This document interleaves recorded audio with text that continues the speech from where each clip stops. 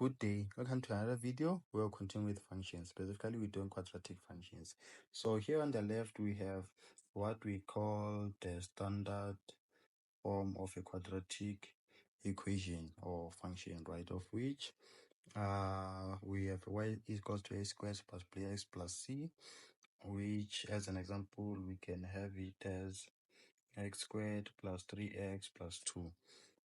Of which these right here, it's easy for us to use to find the y-intercept. Basically, the y-intercept is 0 is to c. This c right here, right?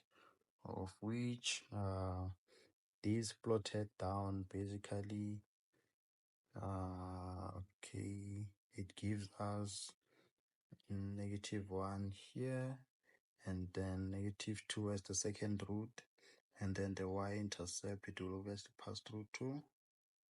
So this graph is something like this, okay.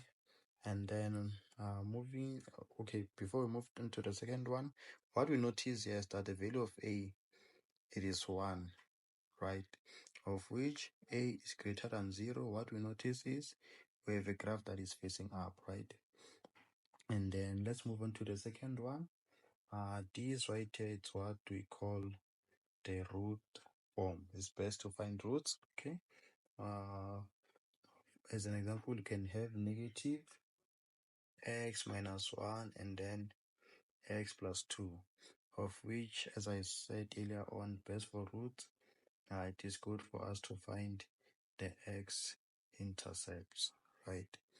Of which, plotting this down, we on our xy plane, this passes through 1 and then -2, right? And then it is facing down. What we notice here about the value of a is that a is less than 0, of which from that the graph is facing down, right? And then let's move on onto the last format, which is what we call the turning point form.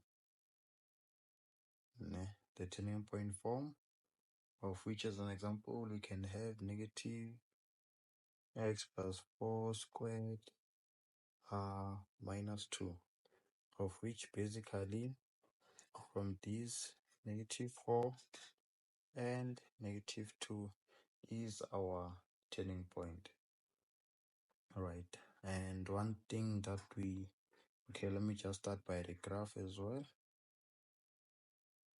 So we have x, we have y, and then okay, the graph, what we notice is there's -4 and -2, and then from there the graph is facing down, okay, which of which the a value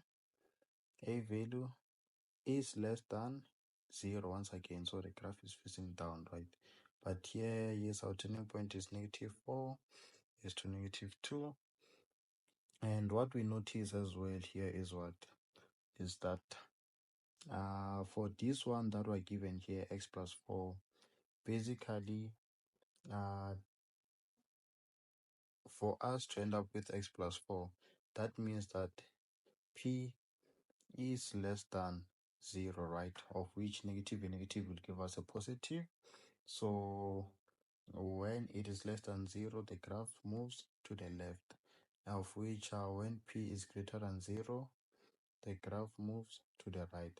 So I think for memorizing purpose, you can say when p is greater than 0, it moves to the right. P greater than 0 is, for example, something like maybe having x minus 2 squared.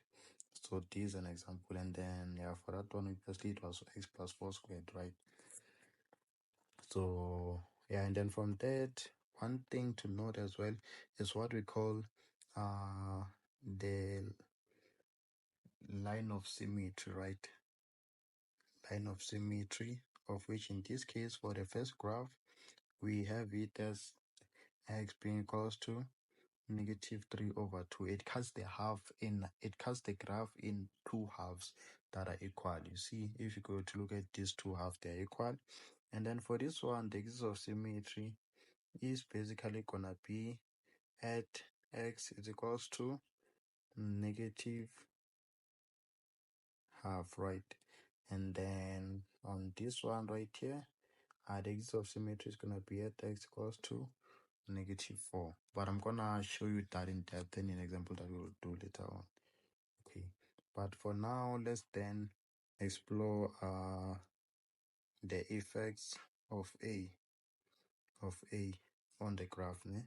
So let's start with our most simple graph, x, y. Our most simple graph, as we know, it is the graph which we know as y is equals to x squared, right? Of which, once we now move to y is equals to 2x squared, the graph gets closer and closer to the y-axis. The same happens when we move to what? Y is equals to 3x squared. It gets much more closer to the y-axis. It gets more steeper, actual y-axis. Okay, and then once the value of a is actually less than 1, just like in this case, here we basically have y is equals to half x squared. The graph becomes less steep. And now speaking about maybe a reflection about the x-axis, the graph that gets produced is the graph that is facing down, right? This is actually y is equals to negative x squared. When the value of a is less than 0, the graph is down, as I've also noted before. Okay, and then one thing to note as well here, please note this by heart. These graphs on the top of the x-axis, all of these graphs, what you notice is that they are decreasing here. Moving from left to right, the graph is going down, right? From left to right here, it is increasing, it is going up, right? So is this one, and then it's going up, increasing, decreasing, increasing, right? Of which, with the graph of y equals negative x squared, the opposite happens. Here, the graph is increasing, right? It's increasing till it reaches the maximum point right here, right? And then it starts decreasing, right? With the ones at the top, they reach their minimum point where here they go all the way down and then reach the minimum point and then go up. Okay, so now let's move on to an example, right? So let's say we have y is equals to x squared minus 6x plus 8. So for this one, if we're to calculate the x intercept, okay, we have to let y be equals to 0, right? Of which from that basically we have 0 being equals to x squared minus 6x plus 8, and then here we get 0 and then in brackets x minus 4x minus 2. Therefore x becomes 4 or x is equals to 2, right? And then for the y-intercept, we let x equals to 0, right? Of which from that we say y is equals to 0 squared minus 6, 0 plus 8. Remember at the top I said this is a perfect equation to use to find our intercept, right? Of which from this we end up with 8. And then, okay, putting this as points, this is 4 is to 0, and then this right here is 2 is to 0, and then this right here is 0 is to 8, right? It is basically, as I said earlier on, 0 is to c, the value of c, right? And okay, let's plot this down. Upon plotting this on our xy plane, okay, we know there is an intercept here, and then intercept here, and then we also know there is one right here. So let's maybe start with these ones, the x ones. Okay, and then we also have 0 is to 8, right? Of which from this our graph will look something like this. Okay, sorry, xy plane, don't forget that. And yeah, I'm gonna show you now how to find the line of symmetry, the axis of symmetry. Okay, so from this we've drawn our graph, and then now let's introduce the other forms. Remember that, okay, here we have what? We have y is equals to x squared minus 6x plus 8, right? Of which this in root form, we know root form is a x minus b x x minus a x minus b, right? Of which this is basically in our case 1 here, right? And then x minus, we know the value of a is 1, right? X minus 4, and then x minus 2. So this is the root form. And then using the turning point form, what we have is what? It's y. We can begin with the same equation, minus 6x plus 8, right? Of which from this is basically x squared minus 6x.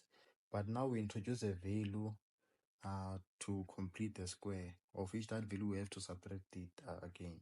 So the value that we introduce is basically half of 6, half of this value, right, before 6, before x. Ne? So adding the half of that value, we basically adding the half squared of that value. This is basically 6 over 2 squared, right? And then we subtract the same value to not change the equation. And then we say plus 8. From this we get basically this, let me simplify it further. This is x squared minus 6x plus 9 minus 9 plus 8, of which from this we can factorize the first part. We end up with x minus 3 squared, and then this and this, we get negative 1, right? Let's say maybe, for example, you had instead of minus 6 you had plus 6. So for that one, minus 6x plus 8. So there you still do almost the same thing. Say x squared minus 6x, and then this will be plus 9, right? And then minus 9, and then plus 8. Oh, sorry, if we had positive. So basically here you end up with what? X plus 3 squared minus minus 1. So the sign that they basically take this sign here, right? And then also here, as you see, the sign here is the sign that you also have in your square. But what matters is that all the time you have to say half of b, half the value of b, right? But anyways, to not be out of track, the turning point of this graph is basically gonna be what? It is basically gonna be 3 is to negative 1. Let me write it here. 3 is to negative 1. Judging from this minus 3 and then 1, right? It's gonna be 3 and negative 1. So we can write our turning point here. 3 is to negative 1, right? Of which the axis of symmetry as well, it is right there. X is equals to 3. That will be the line that cuts both into 2. But then there is also another way of actually working around this. Let's say you didn't want to complete the square. What you could do too is what? Say x equals to negative b over 2a, right? To find the x coordinate of the turning point, right? Of which this is basically equal to negative, we know the value of b is negative 6 over 2. Was the value of a? It was 1. Therefore this we get 3. And then the y at 3, we get basically substitute 3 and then minus 6, 3 plus 8. This gives us what? It gives us negative 1. So basically the coordinate for the x for the turning point is this, right? Which is the same as what we got. And this, it's also basically the axis of symmetry that cuts the graphs into two. Yeah, so no. Anyways, the last part that we have to cover here, I'm just gonna write it here so you can see it easily. Domain. The domain basically here x is to the element real numbers, because this graphic, if you can see, we can say that maybe it starts here, but then it goes all the way. There's no number that it reaches, right? It goes infinitely to the left and then infinitely to the right. So hence we say x is just to the element real numbers. But then the range is a different case, right? Of which the range, it is to the element real numbers, yes, but then there's a restriction. Y has to be greater than or equal to -1. Since as you see that this graph, yes, it begins from -1, but then it doesn't go down, right? It only goes up. So hence we say y should be greater than or included -1, since it starts from -1 all the way up. Yeah, thank you for watching the video till the end. Kindly stay tuned, like, share, comment, and subscribe. Thank you.